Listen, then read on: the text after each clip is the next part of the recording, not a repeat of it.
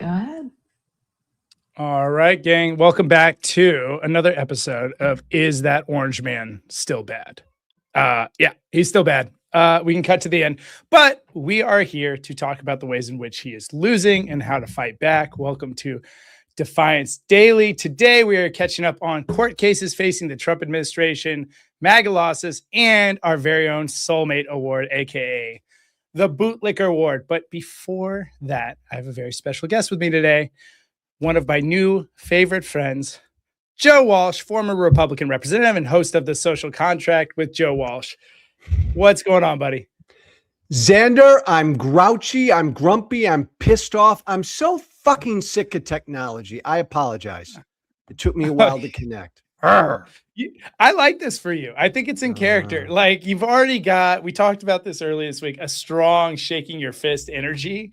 And so having it Get off my fucking lawn, Xander. Get off my lawn, Substack Live, you bastards. All right. I don't know if you ever get this way. Just technology drives me batty sometimes. I'm sorry.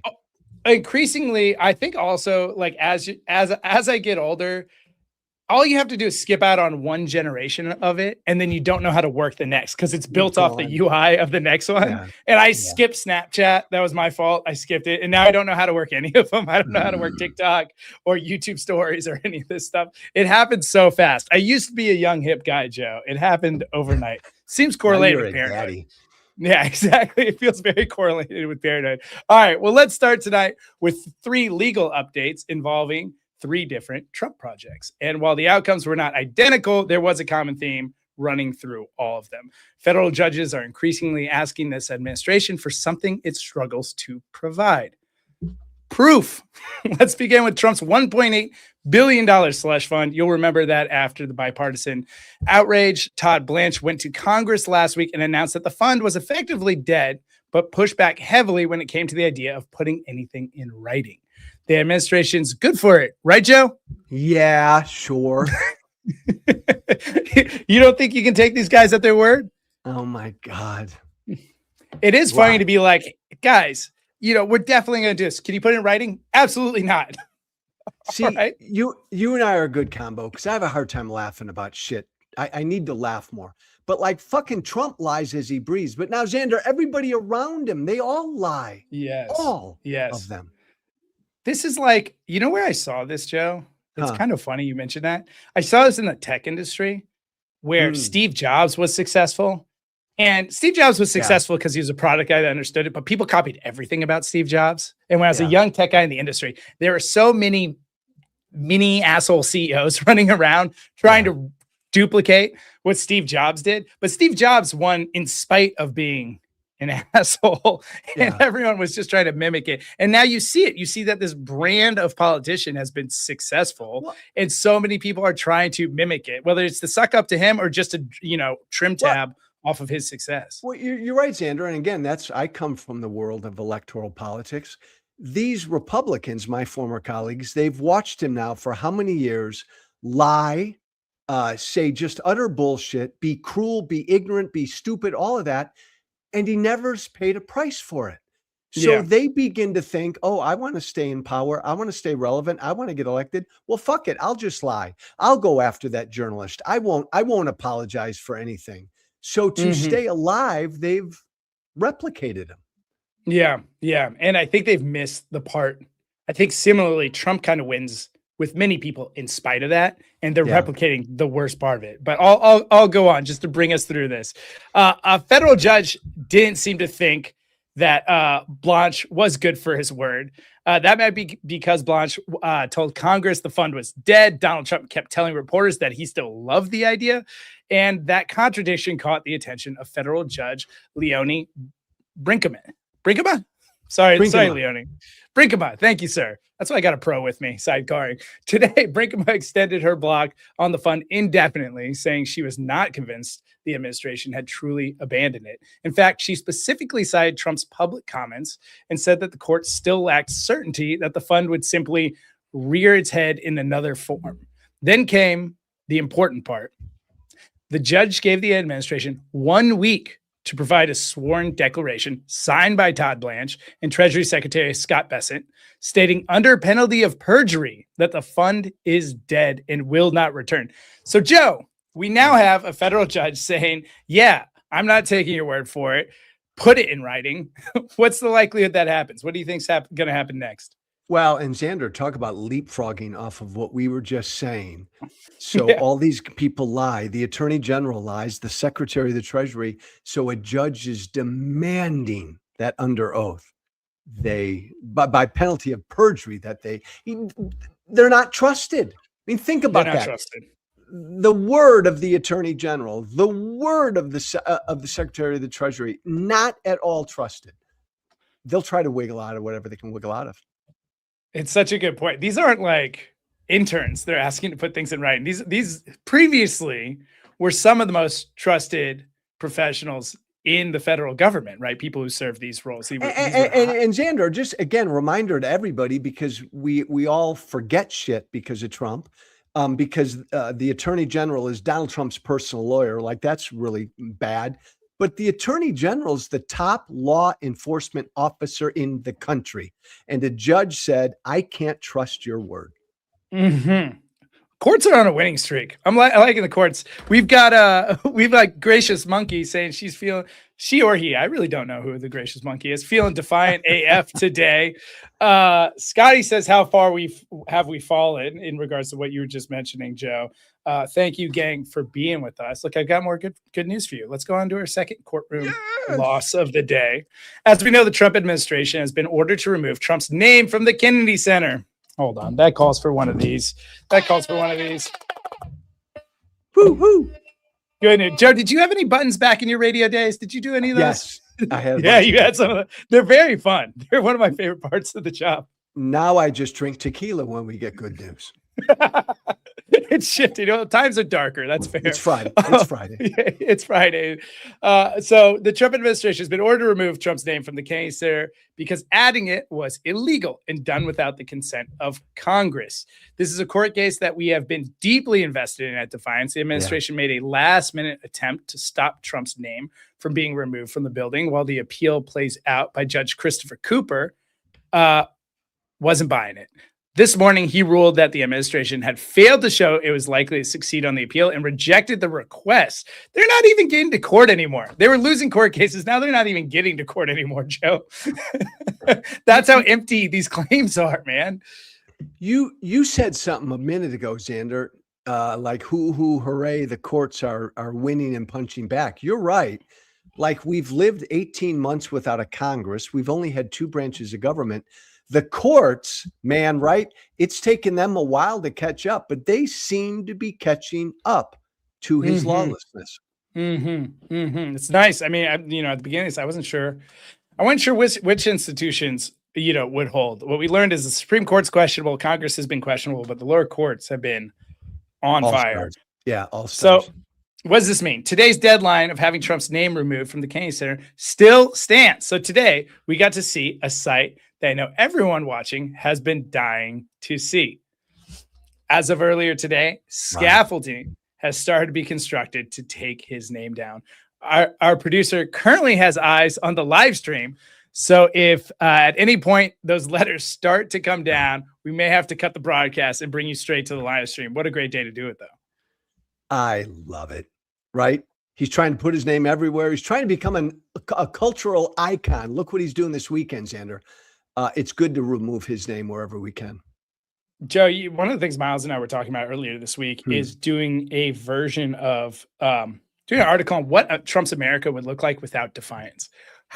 Think about where this guy's name and face would be if there wasn't pushback, if he was allowed to get his way. We'd be living in, some mix of like North Korea, where we've got the painting in everyone's living room. I don't know if he would have been able to accomplish that by now, but he certainly would be on Mount Rushmore. His name's on all of our iconic, buildings. We've got statues of him in every city, not to mention, the other things that would be happening, secret police and the military occupying our cities, et cetera. It's important to remember what this guy is trying to do, even though he's being thwarted along the way. And I think it was a judge or maybe his lawyer argued in court earlier this week that Trump has the right to bulldoze the Statue of Liberty if he wanted. That's the case his lawyers tried to make, I think, in the ballroom case. It's just frightening stuff. And he would if he could. Like there's nothing stopping. We are stopping this guy, but there's nothing internally stopping this guy from doing all of the above. All of the above. So let's bring on more good news. It's a Good News Friday. I've covered some court losses, and we haven't even gotten to our MAGA losses of the week yet. But I do have. Oh, this is a little bit of bad news, actually. Sorry, Mercedes. There was one case where Trump technically got the result he wanted. The lawsuit seeking to stop this weekend's UFC event at the White House.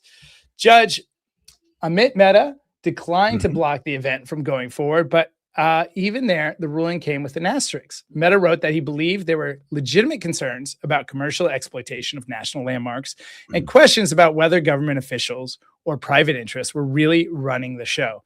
The problem for the plaintiffs wasn't the argument, it was timing and standing. The lawsuit arrived just days before the event, and the judge concluded the plaintiffs couldn't show enough personal harm to justify shutting down a project that the UFC says has already cost more than $60 million and involved nearly 1,000 workers. Joe, what's your reaction to this? Look, my mantra all day, Xander, has been ignore him. Generally, we shouldn't ignore Trump because it's our job to inform our fellow citizens what he's doing, but ignore him this weekend. I mean, it is an utter desecration of the people's house, the people's house, the people's house. But, you know, if he wants to have a UFC, I think, was it Teddy Roosevelt had a boxing match on the grounds of the White House. I actually don't have a problem with this. It's just showing how ugly he is. Yeah. There is I understand. There's this feeling that this is more of those Nero style personality traits coming out, right? The bread circus and whatnot. I do sometimes think we can learn from him, though. I do think in this case, he is very good at identifying and then winking at parts of our society we've forgotten along the way. And this is one of those things that says, look, the elite say you don't belong here. They say it's only operas and, whatnot, to your point. Andrew Jackson threw a 4-day party on the White House lawn. Some of the best populists kind of understand this. Not that it's a good or bad thing or whatnot. Just it just lets you know, sometimes people are so easily won over. I'm raising a toddler right now, Joe, and just validating that their problem's real or that they matter or their toy's cool or something goes a long, long way. And this is one of those issues that I'm probably less up in arms with than the average person. I'm also embedded in this community a bit more. But look, for the people that wanted a bad outcome here, though, for the UFC event, there is good news. There still might be another fighter in the ring to ruin this event, and that's Mother Nature. As of right now, the weather forecast for Sunday's fight is brutal, with chance of severe storms and brutal humidity. Dana Bash has said that the rain won't stop the fight, but that while the rain won't stop the fight, the lightning certainly will. So let's see if the universe delivers a sliver of irony for Trump on his birthday. You remember that? Remember that, Xander, that military parade he had? I forgot when it was, and just making it all about him. And the weather was shitty that weekend in DC. Yeah, let's hope it happens again. When I was running, it was his birthday last year, right? He wanted us all to pay attention to him and march and have all the goose stepping soldiers. And it rained. It was humid. It was hot, miserable. Yes, DC's a tough town weather-wise. I used to run MLK's. It's called the Drum Major Institute. It's Martin Luther King's foundation with his son, Martin Luther King III, and his wife, Andrea King. And we used to do. There's the anniversary of the Million Man March on Washington, right? That I have a dream speech, all that stuff. That happens in August in DC. And honestly, every time we would go out, I'm like, did the CIA set this up to kill older black leaders? Because they come out in suits and it's humid as all hell. You can't stay out in the DC humidity very long. So it's always tough to do events in the summer in DC. Trump's the absolute worst of us. But UFC and boxing and all, you and I aren't speaking against this stuff. That's part of American culture. Yeah, that's right. So, all right, now let's get to the MAGA losses. Even though we kind of got to MAGA losses, we got more of it. It's Friday, which means it's time for one of my favorite segments. Joe, You know what time it is. This might have been why I was most excited to have you here Friday. You're a what do they call it? What do the kids call it? S tier. It's not even A tier. S tier shit talker. So I'm happy to have you here with us for the bag of losses of the week. Cool. Joining us now with this week's collection of self-inflicted wounds, public humiliations, and generally avoidable disaster is our producer, Mercedes. Fan favorite, Mercedes. Mercedes, what do you have for us this week? Hi, everyone. Hey, Mercedes. Voice Miles of God. is gone, so I'm here. No. All right, guys. So, Joe, you don't know this, but I'm always just behind the curtain, as I shall stay. But I thought it'd be By fun. the way, Mercedes, I know this. Xander, Miles, everybody loves you, but I bet everybody loves Mercedes more. The chat's blowing up. The chat's blowing up. Well, I thanks, guys. I appreciate the support. I thought it would be fun that today that you guys can kind of sit back and I'll present some losses to you. I want you to just kind of give it your all. All right. So target-rich environment this week, we had some failed workout routines. We'll get to that. Attempts to dodge the press. That was pretty humiliating, and some sweet political justice. But before those, I want to start elsewhere and something, a place a little more calm, and that's nature. Now, Joe, Xander, are you guys familiar with these? Hold on a second. Not the weather report, this guy. Have you seen these before? What do we got here? Okay, Cool. So last year, Interior Secretary Doug Burgum ordered the National Park Service to begin reviewing exhibits, signs, and historical displays that were considered too negative towards America. You can't see me right now, but I'm doing air quotes. Yes, this is the snitch line. This is the DEI snitch line, as I like to call it. That's right. So visitors started noticing these QR codes appearing throughout parks, asking for feedback, et cetera, et cetera.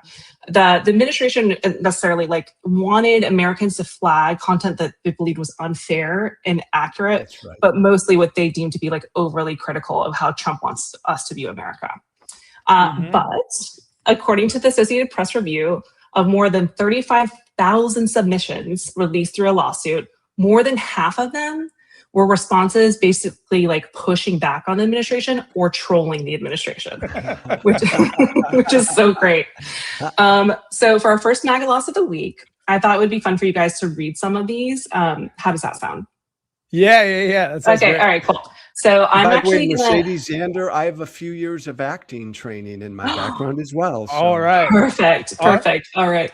Actors Guild, let's go. And I'm randomly an Emmy winner. As an executive producer.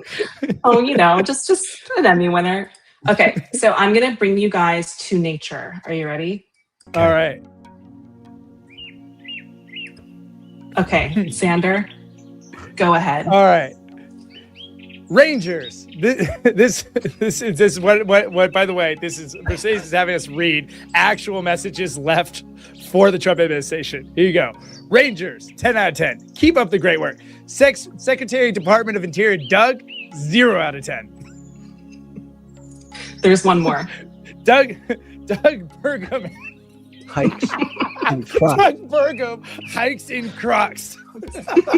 Xander, you're supposed to read these without laughing. Sorry.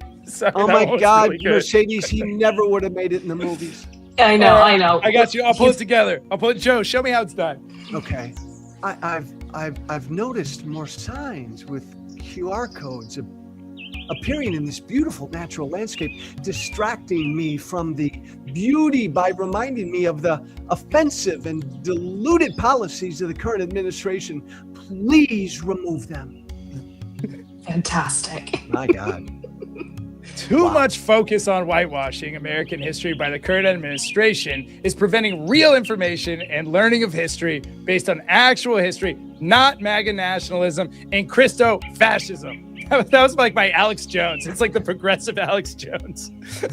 All right, next up. The visitor center is not located in the middle of the park. That's a problem. Paychecks of park rangers seem to be in need of repair. Maybe add another 0 to the end of each one for putting up with the current government. Too orange, too dry. These are good, Mercedes. Yeah. Thanks, guys. Maybe I'll get a New Yorker. Yo, man, That sign over in the trail near the There we campgrounds go. talked about how my favorite flower is dangerous to squirrels. Squirrels is my favorite animal too. I just don't think that is appropriate. And it really offended me to see this natural part of America be represented that way. All right, that was good. Let's go female. Native tribes. This is too much of a stretch. Native tribes should be way more involved in the running of this park. The amazing history of this land can be best told by those who lived here first. That's just a great comment. That's a great comment. Hey, Donald Trump, trying to erase history doesn't mean it didn't still happen. Restricting free speech you is got it. anti-American. These signs are stupid. Give it that Joe Walsh energy. Trump's ideas of having Americans call in and snitch on each other is straight out of the fascist playbook. He's literally acting like Hitler or Mussolini. We say that all the time here at Defiance. That might have been a Defiance member with that one. Joe, what do you think about these?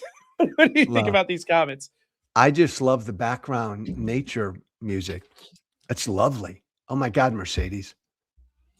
That's Joe. Heavenly. Thanks, guys. Yeah, just bringing in the Zen. Hey, Xander, you did well. Again, if you were acting in the movies, there are certain roles that would be a stretch for you, man. But man, you can spot on with some of that shit. I might be just like a Denzel, where I could play the same role all the time. It might not be as really cool as good in Denzel. Goodfellas. In Goodfellas, you'd have been knockout. I'm a good fake tough guy. Speaking of fake tough guys, though, how soft do you have to be that you can't even talk about our history? Honestly, like you can't acknowledge that colonialism had a downside.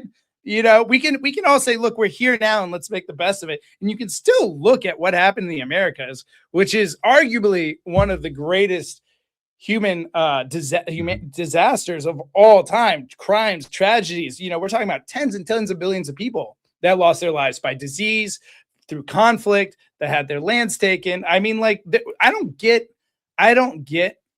we get called snowflakes a lot on our side. Oh. How soft do you have to be like, I can't even talk about what happened 200 years ago, honestly, without it impacting how I feel about myself today. Xander, that's where I was going, man. It's like you and I are on the same planet. Back in my old life, when I was a right-wing talk radio dude, 3-4 times a week, we'd make fun of the fucking snowflakes on the left, right? Who needed their safe spaces because they'd get triggered. The exact opposite now. I mean, it is my former pals on the MAGA right who are today's snowflakes. And they're easily offended by reality and truth, like our history. Mm-hmm. Mm-hmm. Like an election loss, right? Oh, they can't accept it. It's a good point. If history can't be bent to their narrative, then they have to address it, and they're not willing to address it. They don't want to deal with reality. But reality has a way of providing receipts. Eventually, you got to deal with it. What was I just watching? I just watched Chernobyl. Incredible show. But a lot of the fallout of Chernobyl was the Soviet Union cared more about the propaganda that there was no issue at Chernobyl, and less about actually getting their arms around the issue, which would require that they made a mistake, admitting they made a mistake and that they needed help. Because of that, tens of thousands of people died, and they almost blew up half the continent and made it unlivable because of that. So the truth will eventually bite you in the ass. Yeah. And Xander, if I were to generalize and slap me upside the head, the left in this country has always been a bit more reticent to talk about what a fucking amazing and unique thing America is.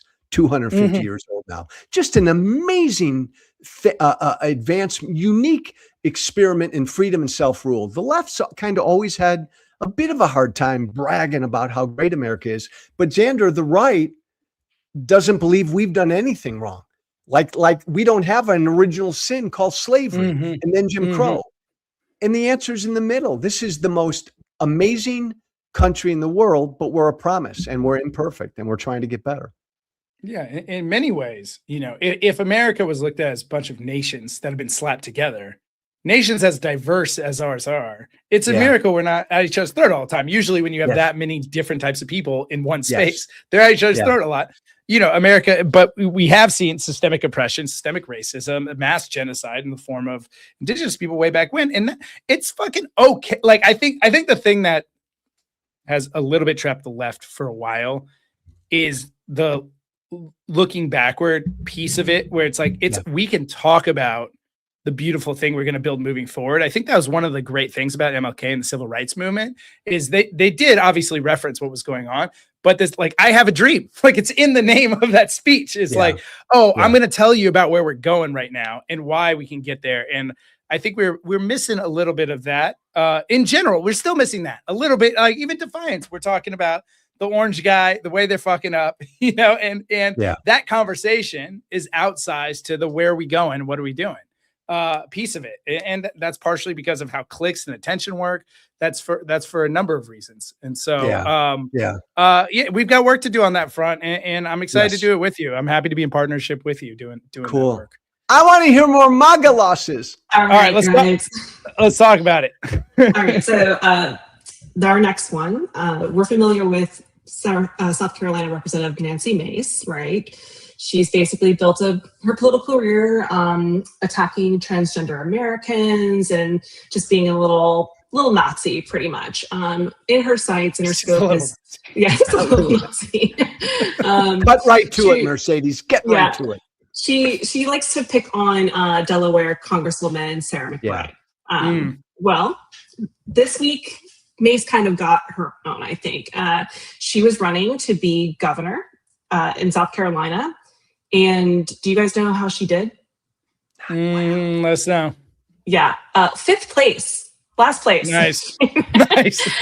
Last is even better than 5th. If there's 5 out of 5, it's not good, Nancy. Right. So that was already pretty embarrassing, but karma has a way of keeping score. And at that time, the night of the race, and while Nancy Mace was just absolutely getting destroyed, Sarah McBride was speaking at an event in Washington in a gala, the Equality Pact's National Pride Gala, and got the news. And she used her time on the mic to, well, I'll let you guys see. Okay.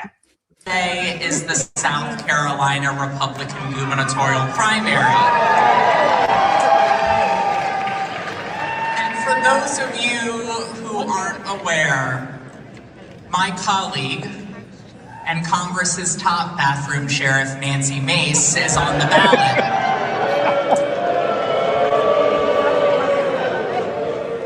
And while not all of the votes have been counted yet, she is in a respectful 5th place. Listen to that applause. Oh my God.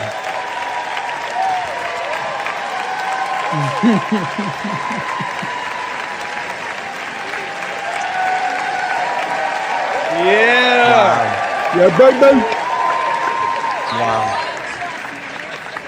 I don't like punching down, and I believe in the politics of grace. So all I will say is happy Pride, Nancy. That's good stuff. Joe, my dad used to say, my dad was an Olympic champion wrestler, used to say, be nice to everyone on the way up because you're going to see them on the way down. You know, it might not be them, it might be their little brother or their teammate, but you're going to see them on the way down too. Yeah. And so, you know, if you use your positions of power to talk down to people and hate on them and be hateful, don't be surprised when people dance on your grave on your way down. Xander, she's an extreme case. I know her. You know, people like me get accused of like having Trump derangement syndrome. And I always push back because I say I'm still the same guy. I'm still the libertarian I am. But like Trump has really broken people, and he broke Nancy Mace. I mean, again, it's Friday, we're having fun. She's got issues. I mean, real issues. And Xander, she personifies, and I was on this road more than I'm proud of taking these culture war issues, like her issue was this issue of gender. And bathroom sheriff. What'd she call her? The bathroom sheriff. Yeah, the bathroom sheriff. Taking this to the ugliest, darkest, cruelest, meanest, most un-American places. And she staked her everything on that issue, and her career's over. Mhm. Over. Over. Gotta be careful, who you get in bed with, man. This is like, to your point, what ideology is that associated with? That's not libertarian. That's not small government. No. Bathroom policing. What do you believe, Nancy? We see it. All right, Mercedes, you got one more for us before we go on? I have a couple. All right. So this next one's going to be a quick one, but it brought a lot of joy to me when I saw it, and I've just been kind of waiting for you to see it, Xander, all week. So earlier this week, House Majority Leader Mike Johnson spoke out on a radio show about cutting Medicaid, Medicare, and Social Security. And Joe, I'm sure you know this, but that's basically like touching the political third rail. Yeah. People were not happy. So this created a bit of a swarm on Capitol Hill with GOP representatives kind of having to dodge the press a lot, which brings me to Virginia Congressman Rob Whitman. I want to play this clip for you, and I want you to tell me what's wrong with this video, okay? Congressman, what is Mike Johnson's secret plan to cut Social Security? Hey, how you doing? I'm good. I'm good with that. Yeah, I'll be there in just a few minutes. No response, sir? I'm heading your way right now. Yeah, it's over at 416. Yeah. Congressman, what is Mike Johnson's secret plan to cut Social That's Security? not the call I appreciate screen. that. That's not what it looks like when you're on the phone. I want to talk to you about. There are actually more. That goes on for another 2 minutes. No way. He's doing that for 2 minutes. Hey, Joe, you've been an elected official. What's that say when you don't want to meet with the press? So here's the inside baseball. All members of Congress are trained by their staffs to do that, to pretend you're on a call if the press is coming at you and you don't want to deal with them. I would never do it because, again, it's just inauthentic, and I would take any question. But every member of Congress is pretty much trained to do that. It just looks ridiculous. Do you think that's from an old brand of politics? Like there used to be a brand of politics that's like, stick to your message, only stick to your message. If you don't know what to say, delay, we'll figure out what the messaging is. And then, you can get on. Now it seems like if people like Trump, who are saying delirious BS, but he's clearly off script, get rewarded for clearly being off script. Hey, Xander, if somebody asked you a question, would you say what you believed? Would you answer the question? 100%. 100%. I'm a former politician. I always would. Most politicians don't do that. Like, you wouldn't have to think about what you're going to say. I don't have to think about. Ask me a question, I'll give you an answer, what I believe. Most politicians, Andrew, don't do that. A lot of Democrats don't do that. They're like driven by pollsters and consultants. What should I say? That sounds perfectly acceptable. To your point, thank God, I think a lot of Democrats are finally getting the hell out of that world. Yeah.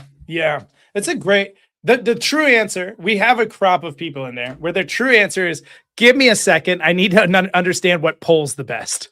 That's their actual answer. It's like, I'm going to believe whatever polls the best, but I don't know that yet.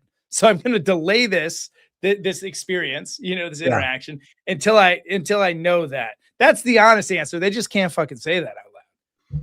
They're afraid to say what they really believe because they don't want to offend a voter. And we got to get off of that. And you're right, Xander. Like, Trump is the personification of the opposite of that, even though he's a demagogue and a bullshitter and a liar. The American people want authentic. Just tell me what the fuck you think. That's all. That is like, that gets to the heart of this like irony that we feel sometimes, where a lot of Trump supporters are like, at least he's honest, at least he tells it like it is, and you're like, but it's bullshit. But they don't really mean he's like accurate. They mean, I believe there's not a bunch of K Street advisors telling him what polls the best. He's going by intuition and instinct. And like, that is preferable to the latter, where it's a bunch of smart people that have like learned how to trick you, and no one likes being fucking tricked. Yeah. Exactly. All right, guys. You guys ready for your next one? This is so much fun. Go ahead. Okay, good. Okay, so this next one, we've kind of covered this a lot on Defiance Daily this week, but just because it was just so beautiful. We covered a lot of clips, but I feel like I would be committing journalistic malpractice if I didn't show you this next clip. So we know that Trump went to the Knicks game, the Knicks lost, right? We at Defiance Daily are like, hey, we called it. Trump is a jinx. It's not going to go well. And, it didn't. So I want to play this clip of some New Yorkers post the game who kind of feel along the same lines as us. Okay, here we go. And Donald Trump, he should have never came in the fucking first place. I don't know what the fuck is wrong with him. I suggest you stay inside. Every ref after the game be finding him. Fuck Trump. Next game in the biddy, no Trump. It's Trump's fault. Trump, you're a bad fucking luck charm. I hate you. Donald Trump, why the hell did you come to this game, bro? The Knicks were gonna win this game until you fucking came. That's who I was trying to channel, by the way, earlier when I was reading quotes. That was my guy. If I were in charge of the programming for today's show, I would have just had you play that for an hour. That's a fucking New Yorkers. They're awesome. The best. They're the best. It would have been great if we could do that and Clockwork Orange Trump. Yes. Just get him. Orange is already in the name. Just get his eyes peeled back and just have New Yorkers from his home city that he loves so much. Give it to him. By the way, the game he didn't go to, I don't know if you're about to say this, Mercedes. The game he didn't go to, greatest comeback in NBA Finals history. Yeah. 29-point comeback. Told you, man. He's a jinx. but Sandra, Mercedes, can I say something? I'm still having a problem. I mean, the Knicks were losing at the end of the first quarter. They were getting killed at halftime, and even in the third quarter. And all of a sudden, all these late baskets were made, and they were counted. Like all these late baskets were counted. Like I don't know that. I don't know how that could be, because my Spurs, I'm a Spurs fan. They were winning like at halftime, and then all of a sudden these late baskets came in. I don't understand. Should it count? That shouldn't count. Saying. We should end fourth quarter baskets. They're undemocratic. Why are we counting them after halftime? I don't understand that. That's all I'm saying. Perfect. By the way, I stole that, you guys. Somebody, David Dresner, credit, put out a tweet in that regard, which was just brilliant, making fun of what happened in California last week. Yeah, absolutely. Yeah. This is why Mercedes is so funny. Mercedes is a great consumer of information. And so she's got all the good takes by the time we meet with her for this show. All right, Mercedes, you got one more for us? Yep, I got a lot. The last one, and this one's I saved the best for last because to be honest, I really can't stand this loser. He's probably my least favorite person of the cabinet. So our last MAGA loss takes us to Guantanamo Bay. This week, Pete Hegseth, little small man, visited American troops stationed there and delivered remarks about strength, readiness, and projecting power. To help project this image, and I come from a military family, so I'm very familiar with this, what followed is he basically decided to be a part of PT time with the troops. Let's see how he fared, okay? Oh, wait. Let's go, push! Come on, somebody get in here! 44.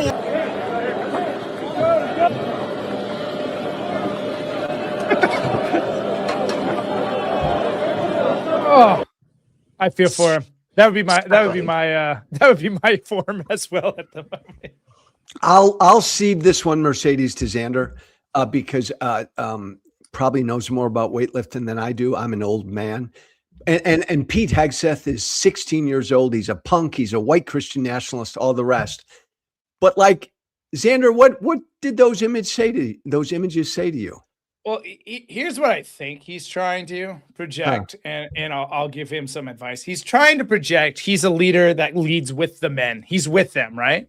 But here's the reality. The men are in Iran in the Strait of Hormuz because you fucking put them there. So if you want to show you're in solidarity with the men, it's not peacetime. It's not boot camp time. You've decided it's wartime.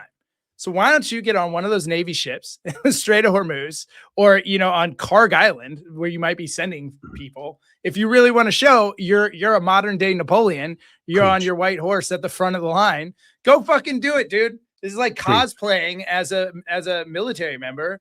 No one buys it. No one buys it because you decided we lead through strength and we start wars and we kidnap fucking presidents and we get involved in foreign conflicts. So go get involved. Jump on your horse, man. Get on the front lines. If that's what you're trying to wink at, go be that person. No one buys this half playing cosplay shit. He's a punk. I'll end it there. He's a punk. He's a punk. He's a punk, and he's just he's someone like made from this era. He's made from this like social media era where he knows how to he thinks he knows how to look a certain way, which works when you're not super, super famous. But when you're the Secretary of Defense, it no longer works. There's too many people paying attention. We can smell bullshit from a mile away, just like we can with Kash Patel, just like we can with Blanche. Like we just see it. You're a fraud. Anyway, which makes all the sense in the world, Xander. I set you up, man. I wanted the Xander rant. You knew I was wound up. You knew I was wound up. It makes sense that they're all frauds because the guy in the White House who they all vote for is the king fraud. Yes. Yeah. So he assembled a cast of frauds. Yes. All right. That's it, guys. Hey, Mercedes, that was great. AKA the voice of God. We're moving into... Bye, Mercedes. We're moving into our Soulmate Award. Now, as most of you know by now, we are doing the Soulmate Award a little differently nowadays and letting all of you help us nominate our biggest shoe licker of the week right from your couch. So if you want to be a part of the voting, take out your phone and go to soulmate.vote. Now, remember, Soulmate is SOLEMATE.vote. Or you can click the link in the Substack chat. I think Mercedes just is pasting there right now. And to cast your vote on who you think deserves to win tonight's Bootlicking Award. And with that, let's get into the nominees, starting with Republican Senator Tim Scott, who wanted to let Americans know that inflation, being at its highest in 3 years, is actually a good thing. Let's take a look. This last report is that inflation ticked up to 4.2%, highest in 3 years. Last month it was 3.8. The month before that was 3.3. The trend is not going in the right direction. But Maria, one of the things it signals is resiliency in our economy, which is in fact good news. Because of Donald Trump, we have more Americans with more money in their pockets because we returned to them or kept in place a $5 trillion tax cut. And your tax return is up 11%. So there's more money to be spent on household necessities. Joe, what's he talking about? He's a pretzel. Xander, he's a pretzel. I listened to my I served with Tim Scott, liked him back in the day. When I listened to my former Republican colleagues twist themselves into pretzels to try to spin bad news to try to defend Trump and his policies, it's just ridiculous. They're pretzels. I don't get it. It's almost impossible to do. It's possible to do across a number of subjects in politics. It's almost impossible to do when it comes to money in the bank, because that is not a vibe or an ideology. It's just something people are feeling, and they have less of it. They have less social programs to support them because of the big, beautiful bill, and the dollars don't go as far as they used to. Everyone, and by the way, Xander, every day. That's a great point, man. That's a great point. Trump lies about everything. He lies as he breathes. I won the 2020 election. Haitian migrants are eating cats and dogs. Right. Most of his people believe all the lies. But to your point, when he lies about the economy, it ain't going to work because we all live the economy. I just filled up on gas. You can't tell me that things are better than they were a month and a half ago, 2 months ago. It cost me $30 more to fill up my trunk than it did 2 months ago. All right. So welcome our first nominee, Tim Woohoo Inflation Scott.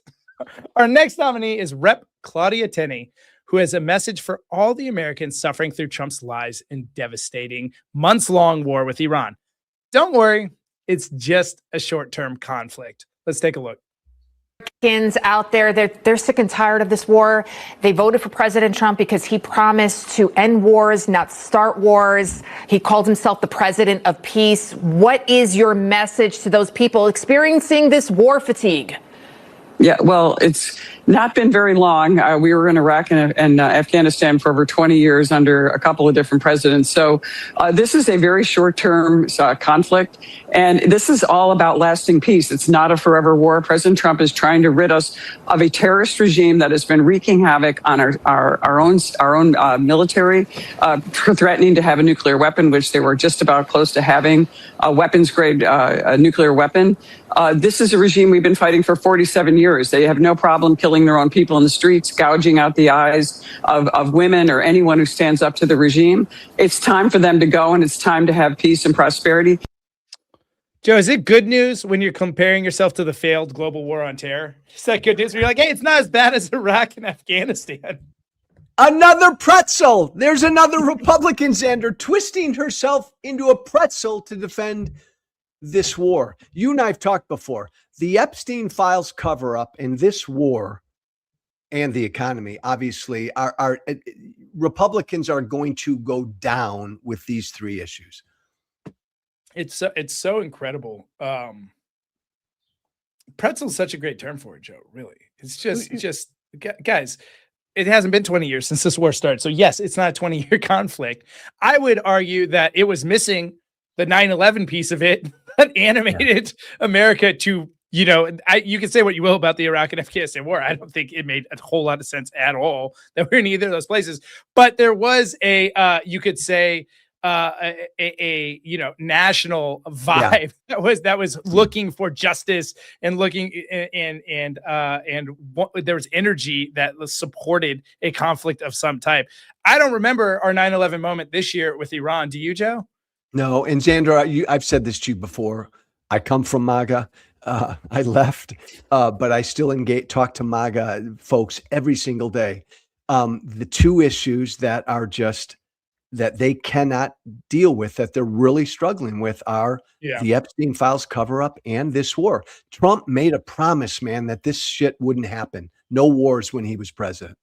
You nailed it. It is essentially, he said, guys, I'm not part of what is compromising our political system. I'm not part of DC, and I'm not part of the military industrial complex. And so I'm going to clean up DC, and I'm not going to go to war anymore. And he's just turned out to be a liar. He's someone who's tried to take advantage of it more than any other politician in our history. So in short, welcome our second nominee, Representative Claudia, short-term conflict, Tenney. And finally, our last nominee is someone we know all too well, Ted Cruz, who went on the front lines of Fox News last week to send a stern message to Democrats to leave his baby Trump alone. Let's listen in. I think this midterm election is the most important midterm we've ever seen. That if the Democrats take the House, there will be nonstop impeachment and attacking President Trump every single day. And if they take the Senate, they'll do that. And they'll also shut down every confirmation for every cabinet member, every judge. Their view is total warfare. And if you want Graham Plattner setting the agenda for the United States Senate, it's real simple. You sit on the sidelines. You don't contribute money. You don't show up to vote. I don't believe conservatives and just regular people are going to do that. Joe, this is my impeachment alert.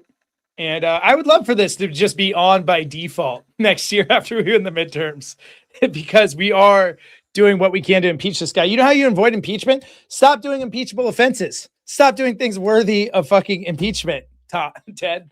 That's a good starting point.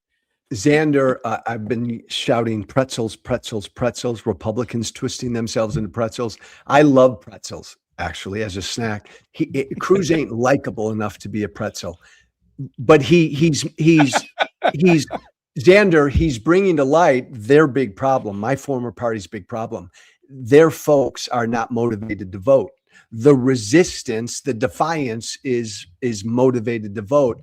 They got to figure out ways to get their people out.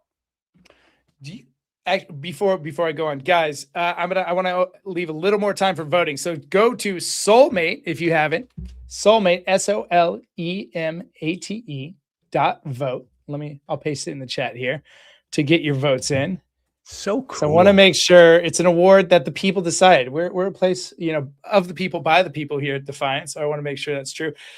Do you feel like this has happened a few times with the Republican Party recently? Joe, you were kind of the inspiration of one of these movements in some ways. Like there was the Tea Party movement that was kind of a counter movement to the neocons within the Republican Party. Then you've had the MAGA movement. To your point about the Epstein files in Iran starting to pierce the veil of the MAGA movement or at least Trump as the leader of the MAGA movement, where do you think, if this continues, where do you think the party's going to shift? Is there going to be people like Marjorie Taylor Greene that go, hey, I'm the authentic leader of the MAGA. I still believe what I believe. That guy was always a charlatan. I'm a person of the people. Or do you think this is moving into a different type of ideology altogether. What's your prediction for this party? No, I think it's a MAGA party. I think it's going to stay a MAGA party for the rest of my lifetime. I think that Marjorie and Tucker Carlson and a lot of these other voices, they're trying to be a MAGA voice, the MAGA voice post-Trump. But and on the margins, all of these issues are hurting Trump, but the vast majority of the base is sticking with him. And at least in the near term, Republicans know that. So he'll still be the king maker in 28. Do you feel like, look, at its heart, I feel for, I'll just be honest. I know this isn't the most popular stance. I feel for the MAGA movement. I think that these are a lot of people who have been left behind. I think there's pieces of that movement that are pro-democracy, even though they've been lied to about which type of democracy, is under threat. They think it's our voting system because credible people to them have told them it's our voting system, even though it's a bunch of other shit. It's gerrymandering. It's money in politics. It's all the corruption that you and I talk about, Joe. But they're not wrong that our democracy is compromised. It's people that are feeling like the American worker has been left behind in many ways. They're not wrong in that ways. Do you think there's an opportunity, maybe not for a Marjorie Taylor Greene or a Tucker Carlson or, and maybe I'm being too hard on, I don't know Marjorie Taylor Greene well. I know Tucker Carlson is an opportunist, maybe, but for a non-opportunist, for someone to grab the reins and go, I hear you guys in your pain, and I want to steer this ship in a direction that is more kind of authentic, aligned with facts, and not filled with as much hate. Absolutely. Xander, I got a rule. I go after my former congressional colleagues and my former right-wing media colleagues with everything I got every day. I do not go after Trump's voters because I used to be one. They used to be my voters. And these are good, decent people who've been lied to, demagogued, scared, and inflamed, and bullshitted and manipulated by Trump and all of his media and Republican sycophants. They need to be reached, as you said, with a populist message, but a good populist message, not what this is. They need to be reached. I just closed out. Man, I could talk to you about that all day, Joe. I'm fighting my instinct to dive into this too, because it's 2:55 my time, 2:55 my time, 5:55 East Coast. Mercedes, I closed out voting. If you go to the website, we should see our winner there. Let me see if that is in fact true. If you go to soulmate.vote, should be Tim Scott. Oh, we have a winner. It was a close fight. It was a close battle. This was our closest battle yet. Can you share the screen? There we go. It is Ted Cruz. Ted, don't take my Donnie Cruz. That might be because of pent up anger towards Ted Cruz writ large. I'm not going to lie. I agree. Tim Scott was my vote too. But closest campaign yet. Ted taking 47.6% of the vote. Tim just behind him. Woohoo inflation Scott at 41.5%. Ted Cruz, congratulations, friend. You are the winner of the Soulmate Award. Gang, if you want to, you can go to soulmate.vote.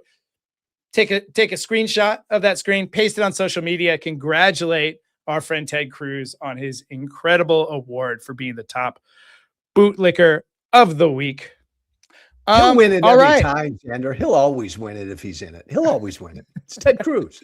Yeah, that's true. There's a few good bad guys that always take the cake. McConnell has fallen out of that. It used to be McConnell was like the go-to best bad guy to highlight. Yeah. He now he's out of the picture, or starting. He will be out of the picture.